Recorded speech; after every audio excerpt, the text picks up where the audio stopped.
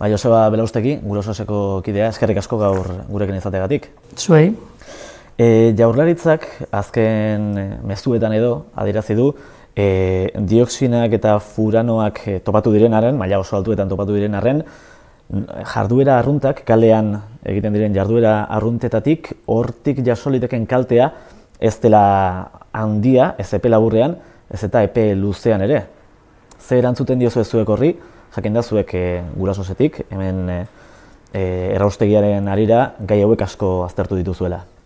Bueno, harridura sartu ditugu hitz horiek, zeren guk, zuk esaten zuen bezala, jarraitu ditugu gai honi buruzko artikulo, zientzilarien artikuluak, eta bueno, gai honetan sakondu egin dugu, eta guk argi daukaguna da Eusko Jaurlaritzak ezin diola galdera horri erantzun. Erantzuten balin badio arduragabekeri galanta handia da. Eta azalduko izu zergatik. Gaur egun, eskuartean izan ditzazkegun ikerketak daude egina izurketa maila baju batekin. Baino ez, gu dakigunez, oraintxe bertan Zaldibar inguruan ematen nahi dien maila altuarekin 40 edo 50 handiz altuagoak hiri batean aurkitu ditzazkegunetikan alderatuta. Horrek zer esan nahi du? Ez dala, olako baldintzetan, ez dala inoiz ikerketa bat egin. Ez baldin bada ikerketa bat egin olako baldintzetan, osasun arduradunek esan behar dute ez dakigu, ez dalako inoiz ikertu, olako baldintzetan ze ondorio dauzka, zenbat denbora da, arriskutsua, ze neurrian, ze kaltek izan daitezke, horrela, kantzerra edo minbizia edo heriotzaraino heldu arte badaude beste kalte batzuk. Osasunean kalteak ez du esan nahi hiltzea horregatikan, edo zenbat denboran hilkozean, edo hilko altzean, baizik eta ze ondorioak dauden. Eta ez badia ikertu, ezin da esan dutena arduragabekei eta propagandismo hutsez. Eta, agian, ez gaude zuzenean eta badago ikerketa bat. Erakutsi desatela. Ez badute erakusten ikerketa bat bere hitzak sostengatzen dituena, kasu honetan Bizkaiko osasun arduradun ordea, gezurretan ari da, eta gainera gauza bat oso serioan. Agian dauka ikerketa hori eta ahaztu zaio erakustea. Erakutsi dezala, ja. Eta ez badu erakusten gaur bertan, pertsona hau ezin da jarraitu bere postuan. Gezurrak aipatu dituzu, datuei buruzko gezurrak. Atzo salatu zenutenez, Zaldibarko krisimaiko bikidek, Juan Jose Aurrekoetxeak eta Jesus Ibarluzeak gezurretan jarduntzuten, justu, zuek atzo zabaldu zenuten ez behintzat, 2016an batzar nagusietan Zubietako erraustegiak sortzitzaken justu dioxinen inguruan, eta egun Zaldibarko krisimaian daude. Bueno, honek azaltzen du zergatikan gure haserrea atzo gertatukoarekin. Hau da, oso haserre gaude, zeren hau ez da gauza berria. Ez da aurreneko aldia osasun arduradunek gezurretan daudela dioxina eta furanoekin. Are gehiago, Juan Jose Aurrekoetxea da gaur egun osasun zuzendaria 2018an izendatua izan zalako. Baina aurretik izan da eta da bai Bilboko erraustegia eta baita ere Donostiako erraustegiaren osasunarekiko ondoriotaz ikertzen nahi den ikerlaria. Zabalgarbi eta Zubieta. Batean bea da Medikuntzako fakultateko departamentu burua, eta horren baitan ikerketa bat adostu zuen hain justu Zabalgarbi S.A. enpresarekin ikertzeko osasunaren eraginak dioxina eta furanoen beste kutsatzaileekin batera ikertzeko. Eta guk salatu egin dugu, hola da, ikerketa hori, naizta Juanjo Aurrekoetxeak izkutatu izan, Zabalgarbik ordaindu du 100%. Nahi dugu jakin, eta eskatu dugu UPV-en, EHUn, eskatu dugu zenbat diru eman dion ikertzeko Zabalgarbik Aurrekoetxeari. Gaur egun, ardura politiko hain sensiblea duen arduradun politiko batek argitu barko du, ez dut uste gu jun barko geanik artxibotara, beha azaldu barko da, eta aitortu barko du, berari ikerketa finantzatzen diola euneko eunean enpresa pribatu bat, non bazkide handiena zenerdan, eta zenbat diru eman dion. Eta azaldu barko du ere, zergatikan, gai honi buruz, publikatu ditun 2007 eta behatzi uste dut, ikerketak zientzilarien aldizkarietan, zergatikan ahaztu egin zitzaion, behar den bezala, aitortzea nork ordaintzen zuen ikerketa. Bai Aurrekotxa eta bai Ibarluzea, seguri asko harritu zigun, Ibarluzea Gipuzkoako delegaritzakoa da, harritu egin zigun nola atea zan bea lehenengo gunean, atzoia atea zan Bizkaikoa, eta bai publiko egin dugu, bai Ibarluzea eta bai Aurrekotxea, Gipuzkoako batzar nagusitara juntziela 2016ko ekainean, agerraldi bat egitea. Eta han bi hoiek, esan zuten lasai egoteko Donostiako erraustegiarekin, zeren une oron kontrolatuko zirela dioxinak eta furanoak. Eta gainera, are gehiago, edozein momentuan isurketa handiagoa baldin bazan baimena erabaino, ordu erdi batean, eta esan zuten ordu erdi batean, eta guk erakutsi ditugu egun hartako, hurrengo eguneko titularrak prentsan agertuakoak, ordu erdi batean itzaliko zirela labeak. 5 egun tardatu dute kasu hontan analiziak egiten, 5 egun, baina hori da oso ezoikoa. Normalean, 10 egun, 15 egun ematen dituzte analizi horiek. Oraingoan oso azkar egin dituzte. Orduan, bi pertsona hauek gezurretan ibili dira dioxinen gaiarekin ja agerraldi publikoetan manipulatzeko iritzi publikoa. Oso larria da hori. Are gehiago, beste bigarren gezurra. Hau da, momentuan ezin da jakin. Hori ja, jende guztia daki, zer ja Eusko Jaurlaritzako bozeramalek ja aitortu egin dute. Oraindikan gaude zain, Olano jaunak adibidez, barkamena eskatzeko gurasozi, hau esan genunean gezuretan, eta Lasa jaunak gezuretan ari ginela esan zutelako. Baina, behin ja onartuta hau, bigarren gaia, onartu dezatela, ez da gaur egun ere, Zaldibar inguruan, ez daude momentuero neurtzen dioxina eta furanoak.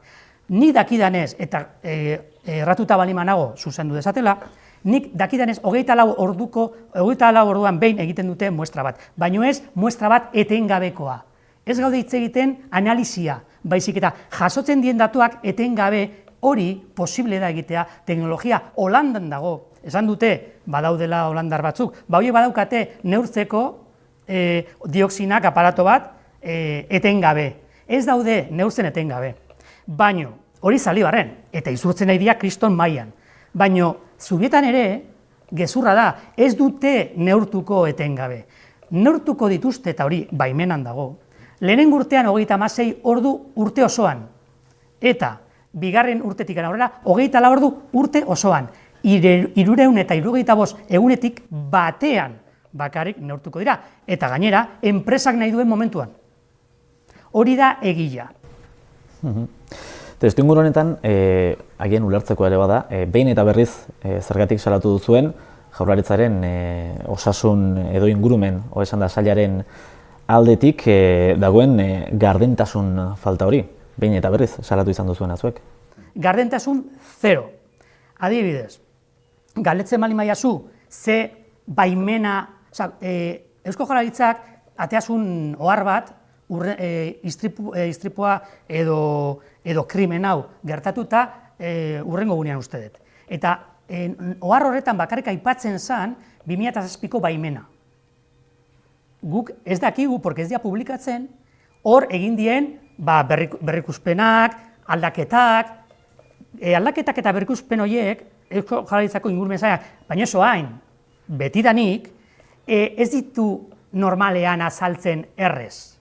Zubietako kasuan, aldaketa egin zanean baimenarena, publikatu zen, uztailaren 29an, zerrenda batean, 100 bat baimena aipatzen ziren zerrenda batean, hor izkutatuan. Hori da gardentasuna. Eusko Jaurlaritzak ez du nahi, herritarrok kontrolatzea bere jarduera ekonomikoan egiten nahi dien, edo onartzen nahi diren kontrol eza eta desmadrea. hori da egia. Azpimarratu duzuen beste puntuetako bat, azken egunotan, da hondakinei dagokienean, kasu honetan, Zaldibarkoan, hondakin industrialak direla eta horrek berebiziko garrantzia duela gainera. Bai, guk nahi dugu zentratu gaia, eta egia da, hemen faktore asko daude, eta batzuk humanoak dira, emozionalak, eta orain momentu hori da, ez? Dolua, oraindik ezin da, ez da hasi ere, ze desagertuta daude bi pertsona hor hondakin susmagarri batzuen azpin. Hori egia da, baino, bai hasi behar gea gai hau bere osotasunean ikusten perspektiba batekin. Eta perspektiba da jakitea adibidez, zeren beste pertzepzio bat izango dugu herritarrok, etxeko edo herritarren hondakinak hondakin guztiaren 20% dela.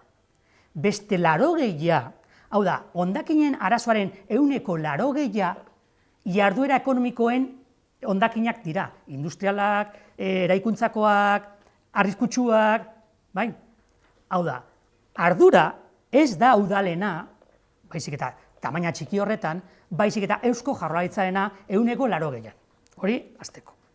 Arazoa ez da ingurumen sailaren arazo bat. Arazoa da Eusko Jaurlaritzaren gobernu osoaren arazoa, eta batez ere industria sailarena. Zeren, eta zergatik esaten dut hori.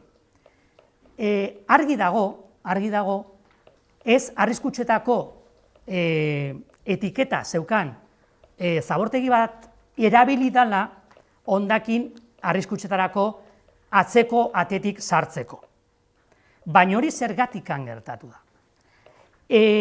Zabortegi horren jabeak zuen diru goseareagatikan? Bai, baita ere. Baina are gehiago, arazo bat dagolako industrian, eta arazoa da, behar dan bezala, kudeatu behar balima dute, berare sortzen dituzten hondakin oso arriskutsuak, diru asko gastatu behar dute. Eta diru hori aurrezteko olako gauzak egiten dira. Baina hori egiten da euskal industria lehiakorra mantentzeko. Lehiakortasun maila horretan. Lehiakortasun hori mantentzen da ingurumen eta osasunaren eta langileen ongizateren kontua. Baina hori oso gaizki dago. Baina hori da politika ekonomiko-industrial bat.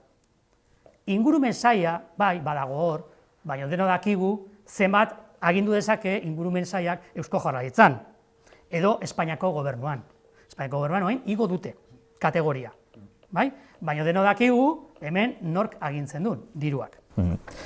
Testuinguru honetan, gertatu dena, aipatu duzu lehentxeago, krimen bat dela, istripu bat baino gehiago, krimen bat izan da, ardura judizialak edo ardura penalak edo, egon litezke, eta diligentziak oraingoz enpresari ireki zaizkio. Enpresarena da ardura, edo esan duzun moduan ardura hori Jaurlaritzarena ere izan daitekeena, maila penalean edo judizialen ere izan daiteke Jaurlaritzarena. Bai, gu publikoki eskatu dugu ikertuak izan daitezela baita ere Eusko Jaurlaritzako arduradunak, eta azalduko ez zergatik.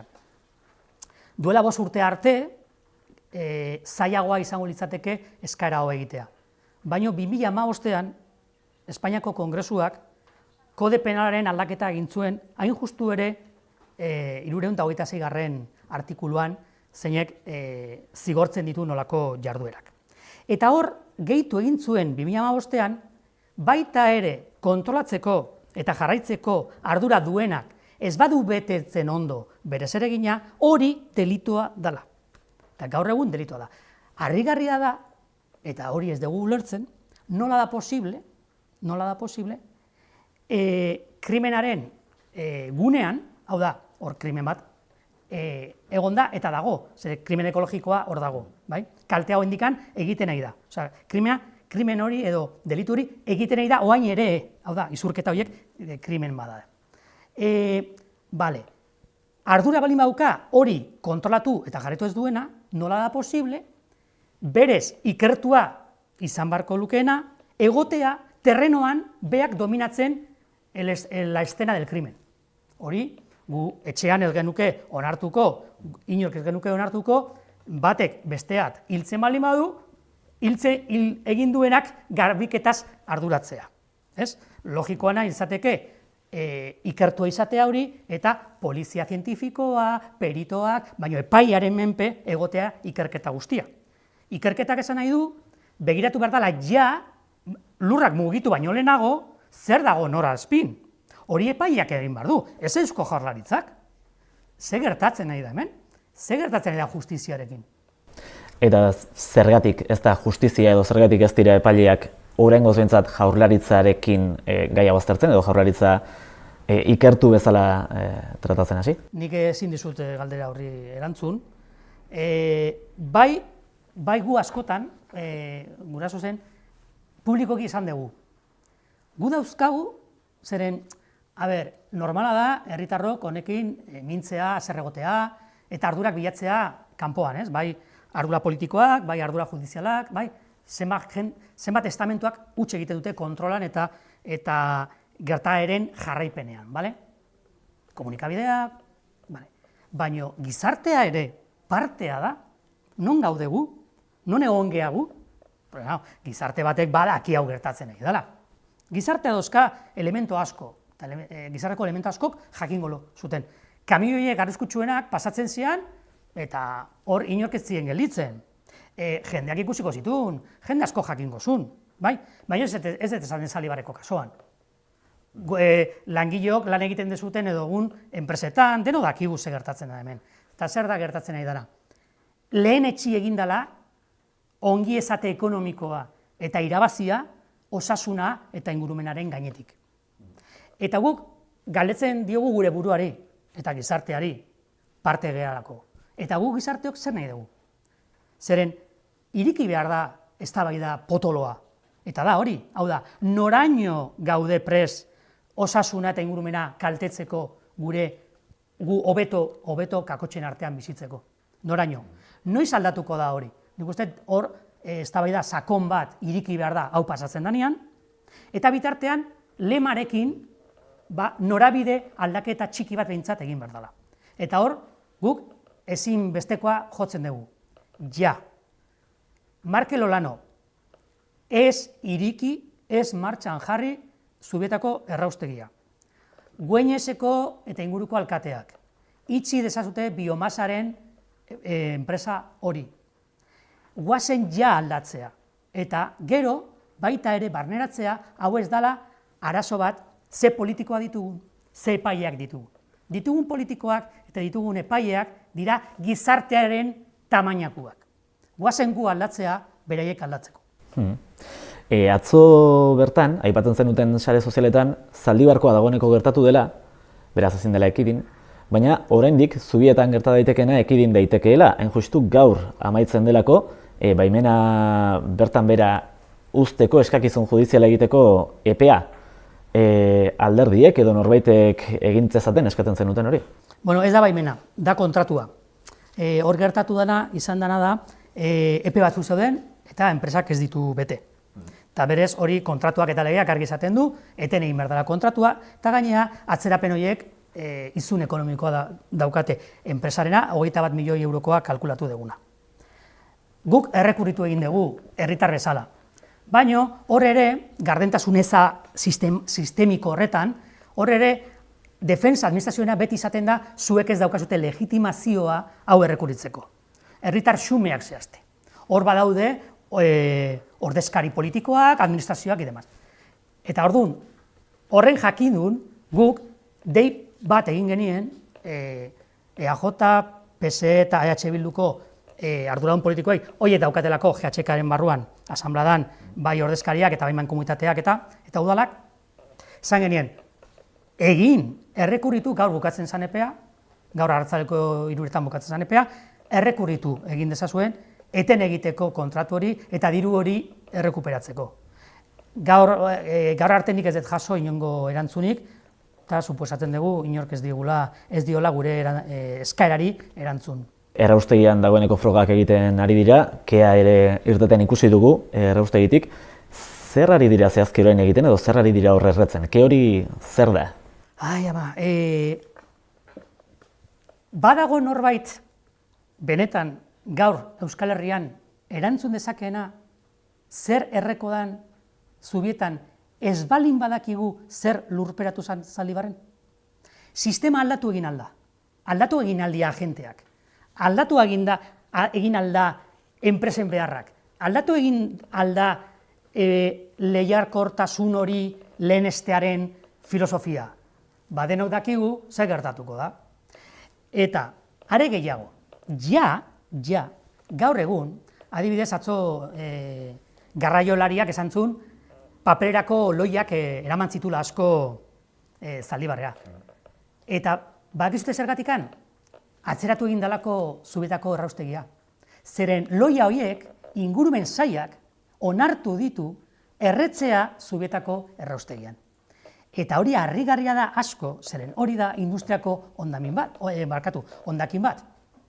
Eta Zubietako erraustegia udalena denez, udal erraustegia bat denez, soilik etxeko hondakinak erreditzake, eta ez industrialak. Eta jarraitu ezakegu etengabe eta gauza bat, ezaiela okurritu ere erraustegian erreko dituztenik Zaldibarretikan ateatzen dituztenak. Zeren gu, familiak, gure aurrekin, atean jarriko gea eta ez diogu utziko pasatzen. Lehen aipatu duzu, 80% dela hondakin industriala eta 20% bakarrikan dela etxeko hondakinen kudeaketa, kasu honetan erraustegian erre beharko liratekenak. Nola egin dakioke orduan horri aurre erakunde publikoen, nola egin dakiokete aurre testuinguru horri? Alegia esan nahi dut, zer egin beharko lukete orain, Zaldibarrik atera diren edo ateratzen ari diren, edo aterako diren hondakin guzti horiekin, nora eraman ditzakete? Nola kudeatu ditzakete orain? Ni ez dakit galetzea izan, ni jarrita bere larruan zer egingo nuken. Lehenengo gauza da onartu. Eta onartu beharko lukete, kudeaketan ez dute zer egin. Baina hauteskunde batzuk deitu dira. Nola egingo du hor lehiatuko den elektoraki hauteskundetan, lehiatuko den alderdi, nola onartuko du edo bi alderdik edo, nola onartuko dute kudeaketan 0 patatero bat? Ezinezkoa da. Orduan, honei lur gehiago botako zaie, eta argi gutxi. Zer egin beharko litzateke? Lehenbizi onartu. Onartu errealitatea. Bigarrena, eta hau importantea da gizarteak ikus dezala, hau ez da ardura bat, bakarrik politiko edo Euskal Jaurlaritzarena, denena da. Gure bizimoduen hondakinak dira. Denok gera arduradunak. Zer egin behar da? Onartu, informatu, parte hartze prozeso sakon bat gurasozek egin zuena hitzartu ekimenarekin, sakonagoa oraindikan ere, benetazkoa, eta gizarte eragileekin eta gizarte eta sindikalutuekin, alderdiekin, mahai bat osatu, eta komentatu dugun lemarekin norabide aldaketa ja hasi ematen, eta sakontasuneko eztabaidari eutsi. Hau da, lehenetsi nahi dugun osasuna eta ingurumena bai, nola egingo dugu, eta ze kosteak dauka horrek, eta gero herritarrok azken hitza eman beharko jogu, erreferendum batean edo zertan. Baina hemen herri batek arazo badauka eta herri batek eman behar dio irtenbidea arazo horri. Erraustegiaren kasura pixkat gehiago zentratuta, Zaldibarrik etorrita, hainbat kanpaina eta hainbat ekintza antolatu izan dituzue azken urteetan. Azkenetako bat aurkeztu duzuena izan da Kontuz ama naiz izeneko kanpaina. Azaldu iguzu pixkat zertan den hau? Nik uste lehen oso argi izan detela, ez? Kontuz ez diegu utziko edozein gauza egiten, gure seme-alabak defendatuko ditugu eta kontuz ibili behar dira.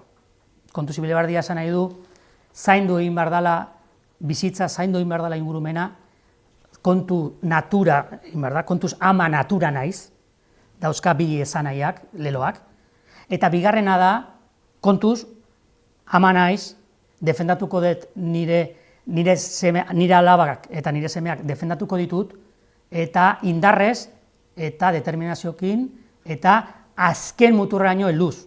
Hau da, ez gaitu inork isilduko eta ez gaitu inork geldituko. Eta inork da inork. Amaitzea argara dagoeneko, denbora gehiagetzaigu gelditzen, ez dakit amaitu horretik zerbait gehitu nahiko zenuken, mezuren bat bidalen nahiko zenuken? Bai, bakarrik hainbat alditan errepikatzen egin zena. Ulergarria da oain egitea, olako eztabaida bat, gaiztoa, hau ez da gaiztoen eta honen arteko arazo bat. Hau da gure gizartea, gure herriaren arazo bat, munduaren arazo bat, eta denen artean, eta nik bai proiektatuko nuke mezu positibo bat. Hemendik ateatzen da denok batera, adostasunez, mahai bainean eserita, mahai bateanaren inguruan eserita. 3 urte daramazkigu Foru Aldundiko atea joka. Eta zuzenean, Markel, esaten dizut, Markel Olano, jauna, noizko lehenengo bilera. Itxaroten ari gara. Ederki bai, Joseba Belaustegi, Gurasozeko kidea, eskerrik asko gurekin izateagatik eta laster arte.